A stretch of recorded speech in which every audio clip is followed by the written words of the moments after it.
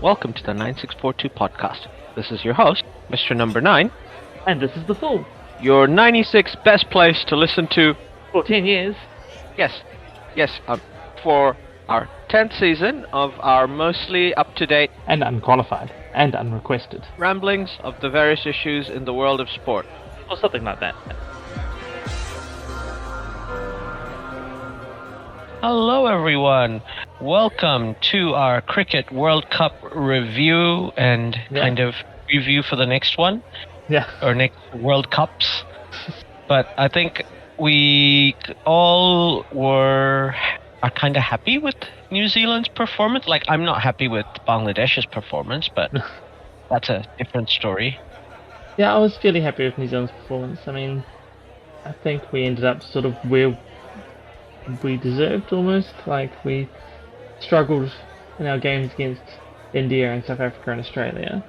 Well, Australia was just a bit of Australia was a close game. New Zealand should have won the game, to be fair. To be fair, should have won that game. And the Indian game, the India just played really well. In the semi-final, they played even more outstanding, though New Zealand did a very good job of almost chasing down a ridiculously high score. Well, it was not the batting that was the weak point of this team, right? No. Surprisingly, yes, the bowling seems to be the biggest problem there. Though they were still good, I guess we've always struggled a bit with our bowling in India anyway, in the subcontinent, so I guess that just continued. Maybe. Yeah. I think Santner started off pretty good in the tournament, but Ish Sodhi couldn't back him up when we had spin-friendly pitches, unfortunately. Yeah. I was a bit disappointed that Ish had a bad tournament, but obviously the batting was really good. Daryl Mitchell, Rachin Ravindra had incredible tournaments. Yeah. Even Kane Williamson, what little we saw of him was really, really good. Yeah. Tom Latham, I think, might be slightly disappointed. We thought he was going to have a monster World Cup, I think. Yeah, but he normally does very well in India, Latham, so it has been a bit disappointing.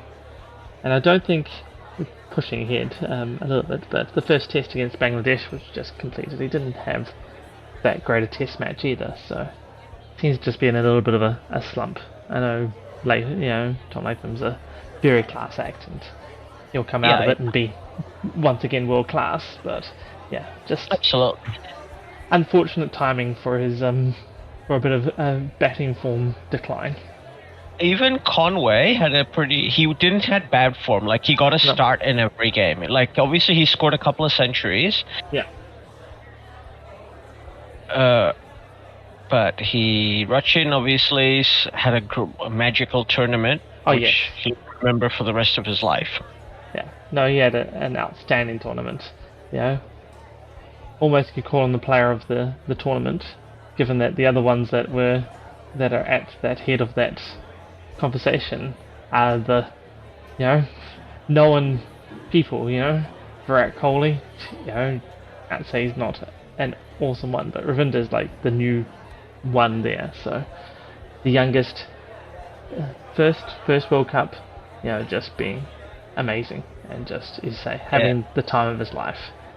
There's not really anybody else really in the different lists of that you would call new and upcoming. Like, it's very familiar names most of the way down, in different aspects. But I mean, for us in New Zealand, Ravinder's not that new, but it's him and Gill, right? Those are the two up and coming great bats of the next generation. At the moment. Exactly. And maybe that guy from South Africa who scored a 20-ball century or something like that, like something ridiculous. Rachin Ravindra and Gill are basically the guys who are up there in the next generation. I'm sure Prithvi Shaw, Shreyas Iyer will have stuff to say. Yeah. But, like, in England, for Australia, Marnus is good in test matches, but he's not really what I would call like a 3 formats great. And Now, so Rachin Ravindra obviously had a great tournament, but I think Daryl Mitchell also had a really good tournament. To be fair, I think he should have led New Zealand to a victory against the Australians. That match could have been a turning point of the tournament, but it was not to be. Such as it is sometimes, but yeah. Yeah. It was disappointing. But so yeah, Mitchell definitely also had a great tournament, undoubtedly. He's 5th top scorer. So yeah, Ravinder and Mitchell 4th and 5th in the top scorers, or most runs list for batters, which is very awesome for New Zealand.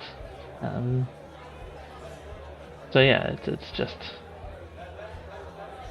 ridiculous how good he was, and Mitchell's continued that on obviously in the Test match with Bangladesh as well. That's good, and hopefully we see more of Ravinder as well. But obviously, I mean, he wasn't really scheduled to play in the tournament, but he got a chance in the opening match and just absolutely nailed in the spot really for the whole tournament. Just made himself undroppable. Yeah, absolutely, and he's batted all over as well. So it's basically the flexibility of youth, right? They got that to work. And he was up for the challenge. So him and the team obviously reaped the benefits of that. Yeah, exactly. Like in some games, he just literally looked like he couldn't get out. Both him and Mitchell played very, very well. As we said, Williamson played very, very well. Even Will Young got some great performances in. So the next cab after, like, he's not the next cab because he's him and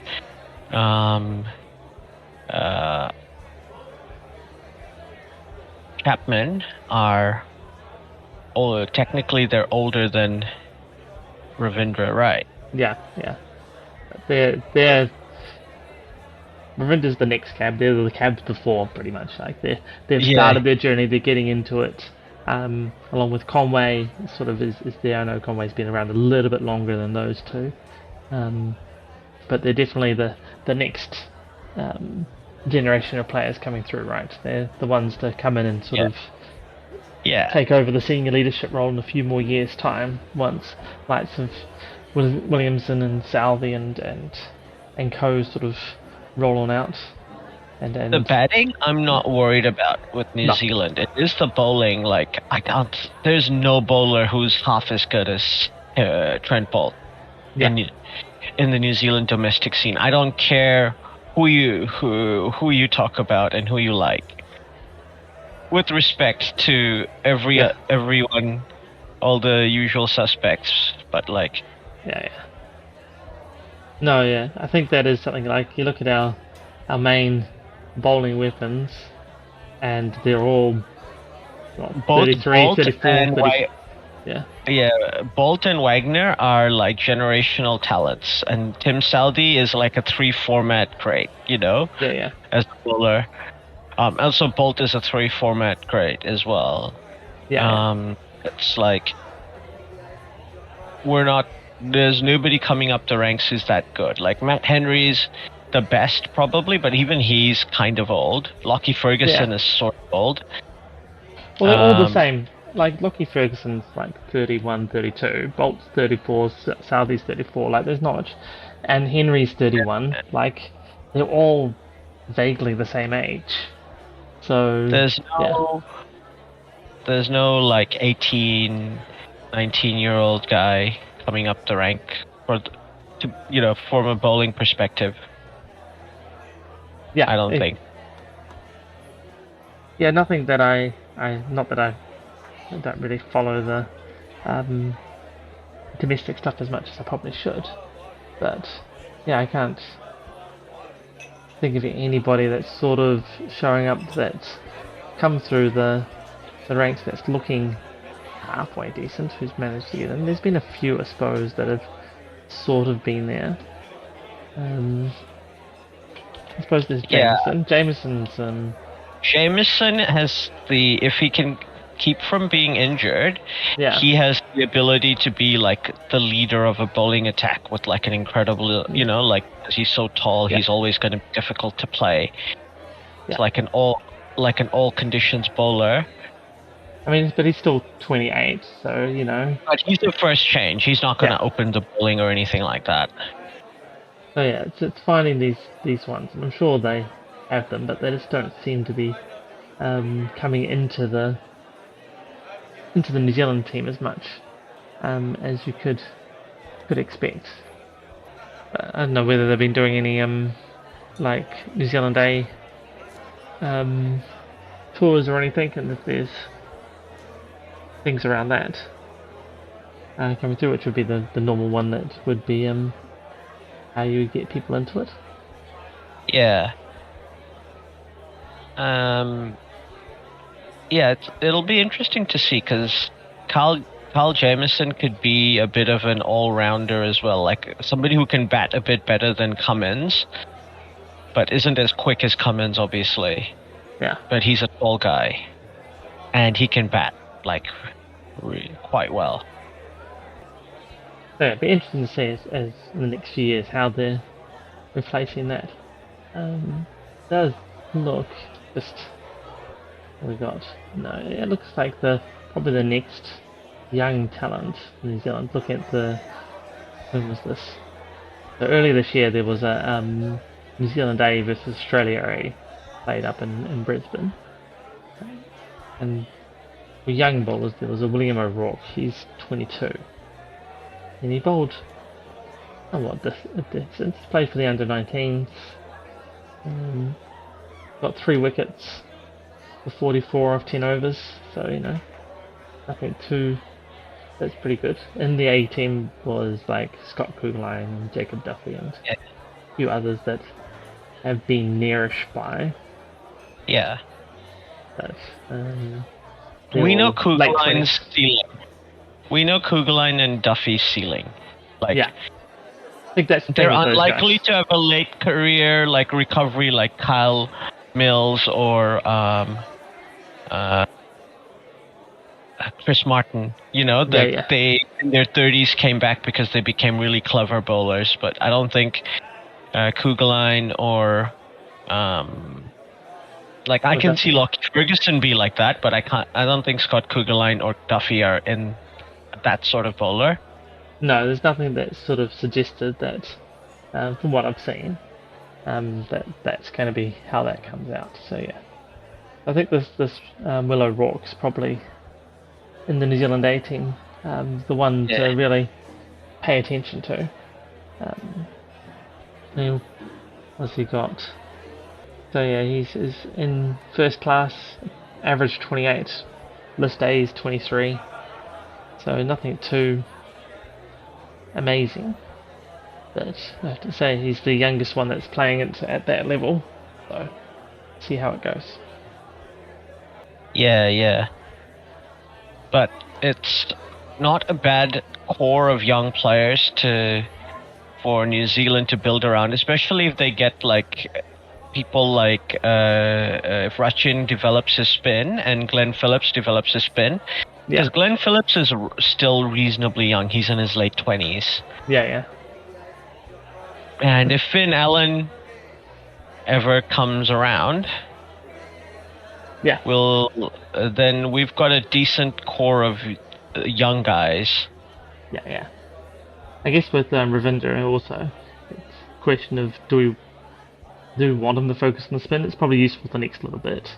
At some point, like Williamson, perhaps it's better for him to be concentrating on the batting. And that's why Williamson himself has said why he doesn't bowl anymore. Is that he doesn't want to put basically there's no point putting the time and effort into keeping up with his spin bowling and being halfway decent at that when he could take that time and use it to be even better at batting. Like there's a certain amount of practice time he can, I know he puts in like 20-hour days because he's Kane Williamson, but still like you'd prefer just to put that all into batting and just really up those batting stats and really, become the best at that, as opposed to pretty good at that and a middling spin bowler. So same for Ravinja, right? Yeah, sure. In the short term, he's a great bowling option. It gives him an extra dimension to be in the team, and helps that out. But at some point, you feel like, same with Kane, it's like, yeah, you're right. Concentrate on that batting, get really good at that. That's where you're going to do the most help for New Zealand. Yeah, absolutely. Because Rachin didn't get picked for the test matches, so at this stage... I think he might be in the second test one. He's been called closer into the squad now. So. Yeah, I mean, the team could have really used him in the game. Daryl Mitchell aside, we didn't have too many people come out and perform in the batting, especially in the fourth innings. Yeah. Oh yeah. Williamson, of course, had a century in the first innings. Mitchell 41, Phillips 42. But other than that, Jameson 23, Latham 21. Not really getting many high scores there. As you say, Mitchell 58 in the second innings. And the next highest is Tim Southee with his 34. Yeah. He did a good job of almost pretending like he could captain his way to a win somehow. But that Tim Southee can't, other than a few stellar gems of a batting sort of. This is his lot. He can bludgeon 20 to 30 odds, and that's about it. Yeah, basically. And it's not fair to ask him to do more than that. Oh, no. I'm not saying that he should. I think that's, getting a good 20 or 30 out of him is good. That's he's there to do the bowling. And I've said in the past, it's very clear sometimes that he's not there for the batting. He's like, I'll go out there and give it a smash, but if it's quick and it's out and over, I'm back to bowling. That's clearly what he wants to do. I think he's matured a bit as he's taking on the captaincy for the Test team. But yeah, that's always the Tim Southee I know and love. Yeah, definitely. And it'll be interesting to see how much longer we have of Tim Southee, because he must be close to thinking about his retirement at this point. You think? Yeah, I mean, nearly 35. That's definitely where he starts to think about, what's happening. But say that's probably helpful. Taking over the captaincy gives some new challenges, new goals, so that can help there as well. So be good for him to stay on as long as we can. I always liked Tim Southee. I rate him very much as a bowler. I think Tim Southee's ideal for being a leader for the next generation of bowlers. I think he's a consummate leader type. So. But yeah, as long as he's happy playing, as long as he's performing, then it's one of those things that he should be there near the top of those those choices. So they say it's up to him a little bit. He may take the Trent Bolt route and say, you know what, I can actually make a decent amount of money in my twilight years by just focusing T20 and just going around the world and not being beholden to any particular contract and just pick up my money, cash my checks in. Which he's obviously more than entitled to do. Oh no, I say once again, for both of them, I don't hold that against him. If that's what, Trent Bolt, that's what he wants to do, that's fine. I think New Zealand should still pick him where they can, because he's clearly one of our best bowlers, but if he wants to go make money, then hey, he's earned that right. Same with Southee. If Southee at some point in the next couple of years is like, I'm going to go earn some money here because, I need it, I want to, sure, go ahead, Tim. Like, that's what you're here for. This is your job, make sure you leave it, as much as you can. What would you do if you were the BCCI? Next World Cup in South Africa, 14 teams. It's going to be an incredibly hard pitches and all that, And they're going to have the same format as the 99 World Cup with 2 groups of 7, and then the top 3 from each group go through to the Super Sixes. All right, yeah. It's being hosted by South Africa, Zimbabwe, and Namibia. All right. Oh, nice. Yeah, I mean, that's going to be a different World Cup, right? So yeah, I guess with India, yeah, they do have a decent amount of some really good fast bowlers right now, but obviously Shami's not young. Bumrah is injury prone. Yeah, so if he stays fit, that's okay. But yeah, how well that can work out, that's obviously Siraj is incredible. Yes, but and he's a bit younger, isn't he? If I remember correctly. He is a bit younger, yes. Yeah. So his guest has that, but well, to be fair, I guess the BCCI has got to continue doing what they've been doing. They've picked up a few decent, fast bowlers in this last couple of cycles. Bumrah and Siraj being the main 2 of that. So if they can, however they've cultivated that, they keep doing that, then hopefully they'll have another one coming through. They'll give them 3 decent fast bowl options again, and maybe that's just enough to see them through. Yeah, absolutely. The bowling, you think in a World Cup like that, they probably aren't going to use both Ashwin and Jadeja. No. It's definitely not going to favour them. To be fair, I feel like those 2 sort of show that they can bowl anywhere in the world and still be, difficult to play against. They are going to be on in a year. They will be a bit older, yeah. But there's that as well, because though them being, slower bowlers does give them a little bit more longevity. So I think from an Indian perspective, you would hope that they would still be producing good results and near prime performance. So, but that might be the next World Cup might be the last of sort of this golden generation of Indian players. Their last big tournament. I mean, are we really going to see Virat Kohli in another World Cup? After that, probably not. I wouldn't put it past him because he's the king, but yeah, he's Virat Kohli. Yeah. Who knows? Just one of those things. Like maybe he doesn't seem to be slowing down. Yeah, but I mean, it's 4 more years. Undefeated. Yeah. Yeah, I mean, I feel like this next one's probably going to be most of the golden generation of Indian players. Probably the last one. Rahul, he'll be 35, nearly 36. Rohit Sharma probably won't be. He's already 36 now, so I don't think he'll. So maybe. No, I don't think Rohit Sharma will be there. I doubt it. Virat Kohli, maybe, but only because he's Virat. Like, if you told me anybody else, I'd be like, nah, it's not happening. Yeah, exactly, but maybe. It's like, Rohit be the other one that also, but I suppose if he's 36 already, like, no. It's too much even for him.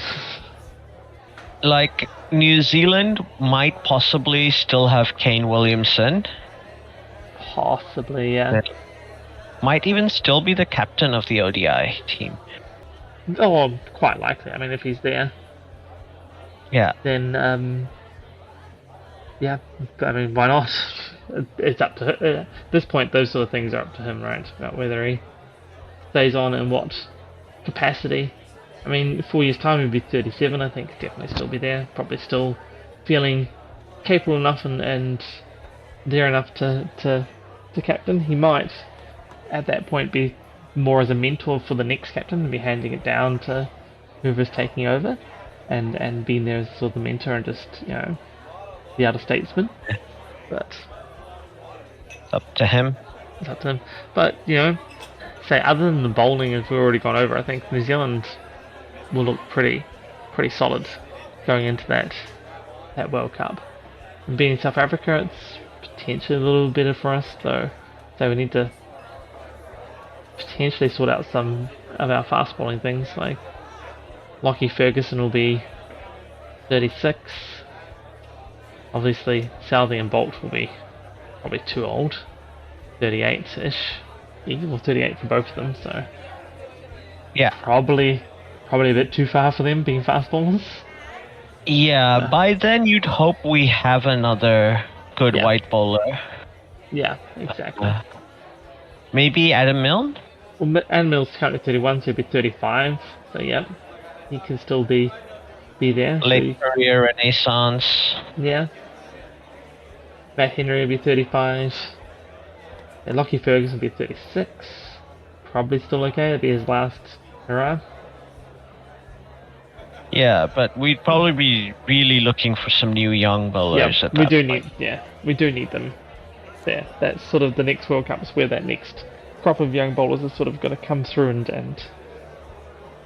and be blooding themselves and proving themselves coming through, where they're coming of age and doing the work as well. And these the current crop of bowlers are sort of the so seeing them in and showing the way. Yeah, exactly. Even Satna will be 35 in the next one, same as Sodhi. Once again, spin bowlers give them a bit more of a longevity, but I feel like there's gonna be a few more spin bowlers coming up. At that point, maybe even Glenn Phillips might be like a spin bowling version of Nathan Astle in ODIs. Yeah. That is possible. So and Glenn Phillips is only 26, so plenty of time there. And it's worth it, I think. Glenn Phillips, to develop his spin bowling. Yeah, definitely.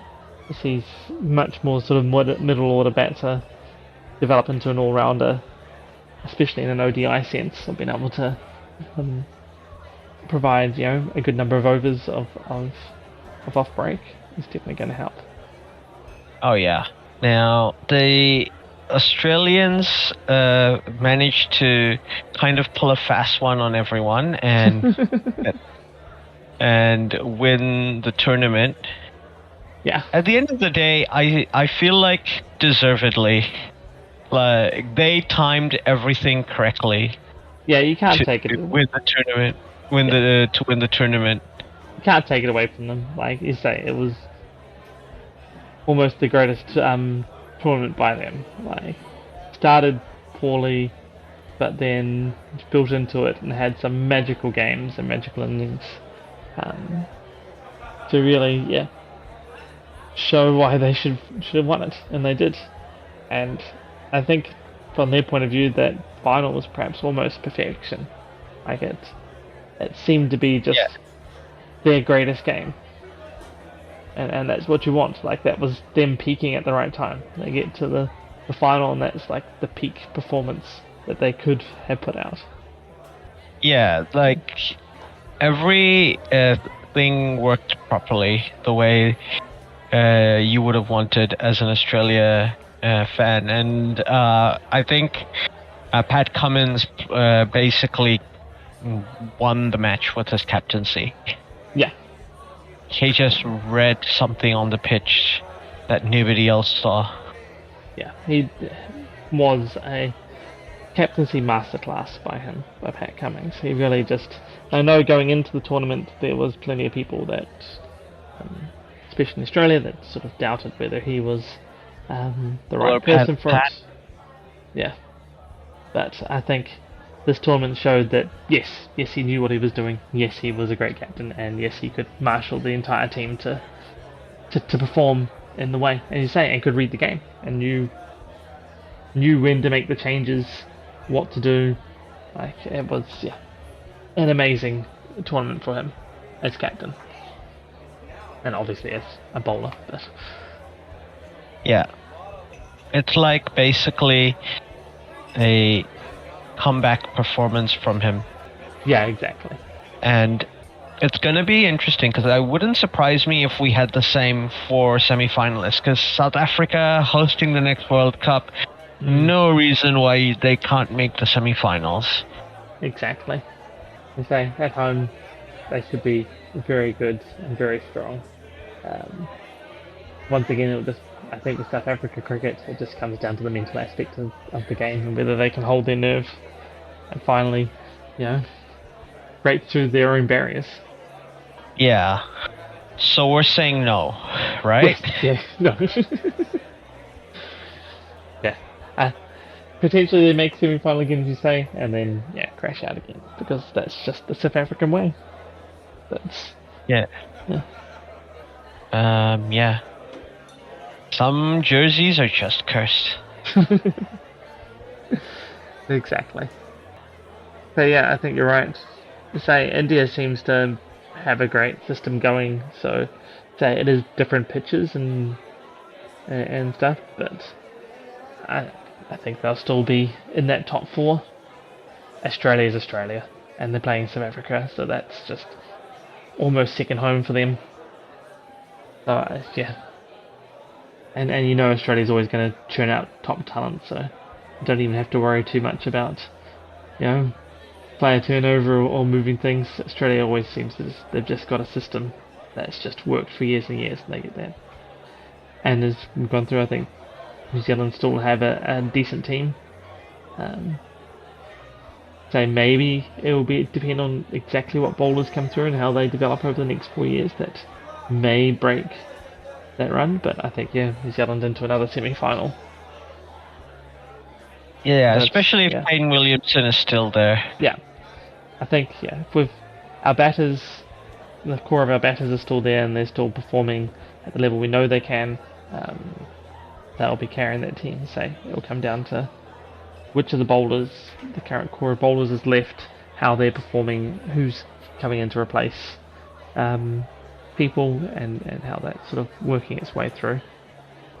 I mean, I think England will probably turn things around and they'll be dangerous again. But yeah. I mean, they're not going to have as bad a tournament as this time. That can almost be guaranteed. But Pakistan's another one. Like, it's Pakistan. Like, they could just randomly pull out the blinder and have it, but they sort of threatened to do that this tournament, and then Pakistan did anyway. So, for lack of a better verb, you might see something from Zimbabwe. Yeah, that's as a good well. Point. Have an extra 4 teams in there to Zimbabwe, the West Indies are hosting the T20 World Cup next year, so they might have a bit of a renaissance. I don't know. I feel like the West Indies are due for a win of some sort. They are due, but I don't see them like a win in luck. You know what I mean. I know what you mean, but sometimes you're going to make your own luck, and I don't see the current West Indies team having the ability to sort of generate the luck needed to generate the more luck, if you know what I mean. Yeah.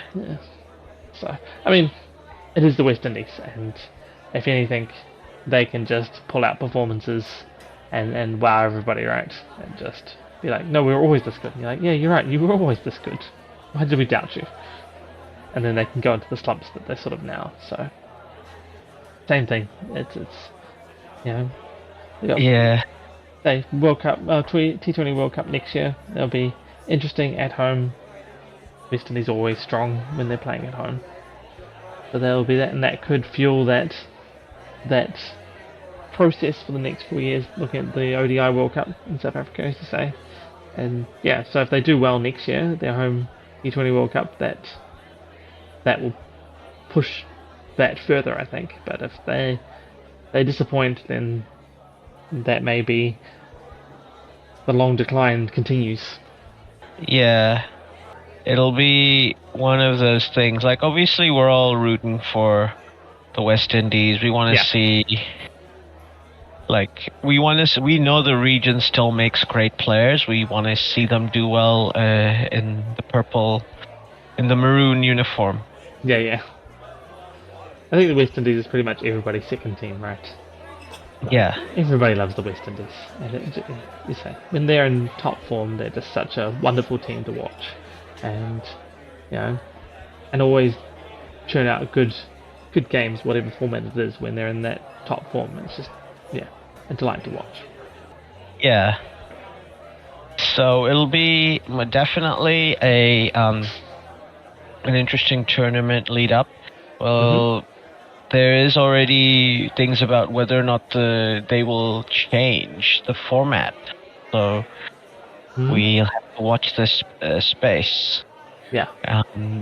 They want to make sure, like, I think there's a thing where they want the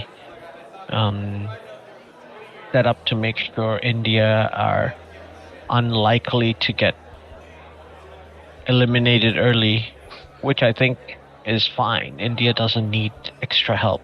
They're already really good. Yeah, exactly. Strangely enough, India is a really good team. Yeah. So we'll see how that pans out, but I think that's all we have time for today. And we'll look forward to hearing from you next time. Catch you next time.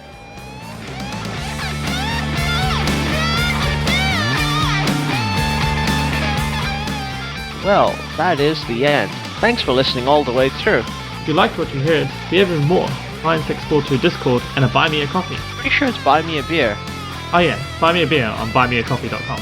In both these places, you can talk to us, and we may even listen, especially if you do buy a said beer or coffee. I might still be confused. Yes, we're easily bribed. All links are in the show notes below. Don't forget to like and subscribe. This is on YouTube.